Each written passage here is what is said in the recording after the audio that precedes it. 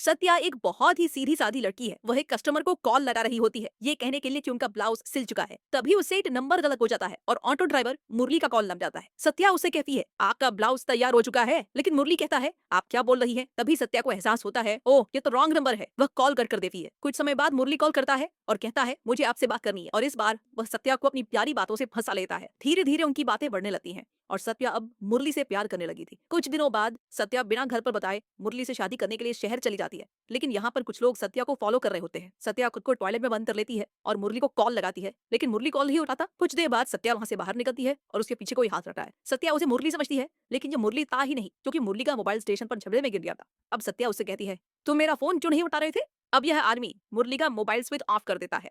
सत्या घर पर झूठ बोलकर मुरली से मिलने के लिए आती है, लेकिन मुरली को उसने कभी नहीं देखा। स्टेशन पहुंचकर वह किसी और को ही मुरली समझने लगती है और उसी के साथ जाने लगती है। लेकिन तभी मुरली वहां पर आ जाता है और सत्या उसकी आवाज पहचान लेती है। यह देखकर वह अनजान आदमी वहां से चला जाता है। अब यह देखकर सत्या डर जाती है कि वह किसी और के साथ जा रही थी। मुरली उसको रिलैक्स करता है और दोनों बात करते करते पार्क में आकर बैठ जाते हैं। लेकिन मुरली देखता है कि वह अनजान आदमी उनको फॉलो कर रहा है। तभी मुरली उठ के उससे बोलता है, तुम हमारा पीछा क्यों कर रहे हो। आरके कहता है, ये तुम्हारा पार्क नहीं है, समझे। और बस फिर इन दोनों में हाथापाई हो जाती है। इतने में पुलिस आ जाती है और सब लोग आरके की ओर इशारा करते हैं और पुलिस आरके को पकड़ लेती है। अब फिर मुरली सत्या को एक लॉज में ले जाता है। इसके बाद मुरली खाना लेने बाहर जाता है और हम देखते हैं कि मुरली एक औरत से कहता है, यही है वह लड़की जिसको मैंने प्यार में फंसाया है। मतलब मुरली एक गर्ल सप्लायर है जो लड़कियों को प्यार में फंसा कर बेचता है और यह औरत एक धंधे वाली है। इन लोगों की बात सत्या सुन लेती है और सोचती है कि वह कहाँ फंस गई। वह मुरली से बाहर जाने के लिए कहती है, लेकिन अब मुरली का बर्ताव बदलने लगता है और मुरली दरवाजा बंद करके सत्या के साथ जबरदस्ती करने लगता है। अब मुरली सत्या को एक लॉज में ले जाता है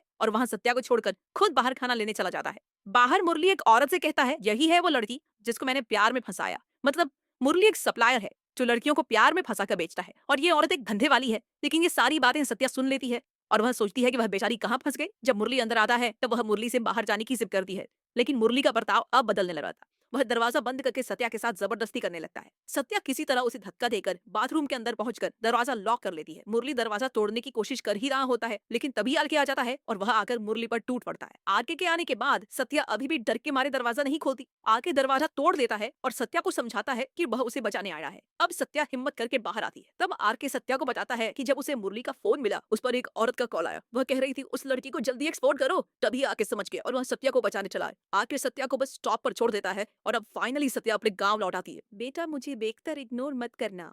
जो भी इस साल अच्छा पैसा कमाना चाहता है वो कमेंट में जय माता भी लिखे और इस वीडियो को लाइक करना।